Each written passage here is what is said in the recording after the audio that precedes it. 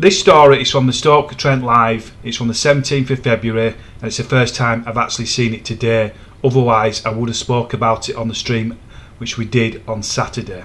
I'll start with the headline and I will try and quote the best I can from the article. Homeless groups speak out after rough sleeper kills herself. Tragic. Angela Winter and her husband both lost their jobs during the coronavirus pandemic. Homeless charities have spoken out after a woman who lost her job during the coronavirus pandemic and was sleeping in a tent took her own life. The heartbreaking story has prompted an outpouring of upset and shock among readers, with homeless charities saying the situation is dire. John Anderson, chairman of homeless charity Burton Hope, said, "I really do feel for this poor lady. We at Burton Hope see so many people driven to despair over the situation they find themselves in through no fault of their own. There is not enough help out there officially and much care is left to charities like ours. The pandemic exacerbated many people's mental health problems, compounded by them finding themselves in situations they see no way out of. This lady had not been to us for any help at the time, but I sincerely wish she had." Husband and wife Angela and Michael Winter had been forced to sleep in the tent in and around a Staffordshire town for almost a month after they both lost their jobs during the pandemic. But Miss Winter was unable to cope and took her own life. She was found by her distraught husband, who then sat with her body for 3 days. An inquest into Miss Winter's death heard on Tuesday, February 15th. The couple had lost their jobs during the pandemic and by March 2021 had to leave their rented house in Oak Street, Burton to stay with Miss Winter's family. But due to disagreements, the couple moved out on June the 1st and ended up sleeping rough until June 24th, when Miss Winter said she'd had enough of sleeping outside and stormed off. Worried, Mr. Winter had searched for his wife and eventually found her dead near a children's play area at the Washlands, not far from Burton Town Centre. She had taken an overdose of her prescribed medication and had been dead for between 6 and 3 days when he found her. Grief-stricken, Mr. Winter tried to commit suicide before wrapping his wife's body in their tent and staying by her side for 3 days before reporting her death to the police. Absolute tragic story this, it really is.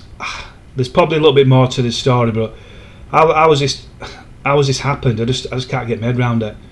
Now, this is a couple who sadly lost their jobs, like a lot of people, like myself. I was made redundant, and obviously things went a lot worse from that. Obviously they were living rented accommodation, they might not have got the protection what they should have got.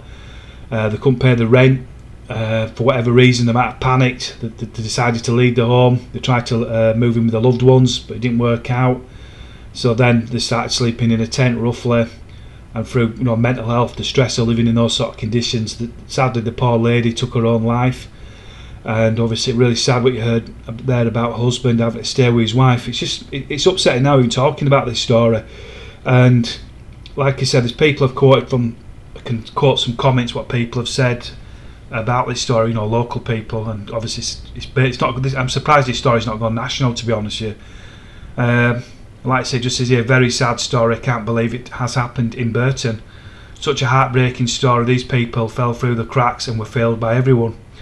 Someone else also wrote, "Victims of lockdown, how terribly sad." Another one is, "What a crazy world we live in, where recent reports show rich people have been making even more money during the pandemic than ever before." And the comments go on. Some blame the government, to other reasons as well. And this is quite a salient one, which I found, which most people will probably agree with. Charity begins at home. How does anyone justify the taxpayers of this country paying $5 million a day to house asylum seekers in 4-star hotels who have contributed nothing to this country, when our own are living on the streets with no food, no way to keep themselves warm? This is a national disgrace. Hang your heads in shame, whoever is allowing this to continue. So that's really it, really. It's just a short little story. I tried to get a little bit more background on this story, but there's nothing happening, unfortunately, so there's nothing more I can tell you about it. There is probably a little bit more to the story than the newspapers are saying. I'm not saying there's anything untoward. There's no image of the woman, of the man. I'm just surprised it's not been picked up by the Nationals, because I just think it's an absolute disgrace. I just don't understand why. Where's the outrage? Where's the outrage? What white people, politicians, etc., saying this is ridiculous. Well, these are the victims of the so-called pandemic, and this is what's happened. Then at the same time, they were made homeless again through no fault of their own. The loss of jobs, like it's unfortunate what happened to a lot of people. But like I said, how desperate that woman was. It's still heartbreaking for a husband. So my heart goes out for the husband, and just God bless to the poor lady who sadly took her own life. So thanks everybody for listening to this little short video. Thanks and God bless.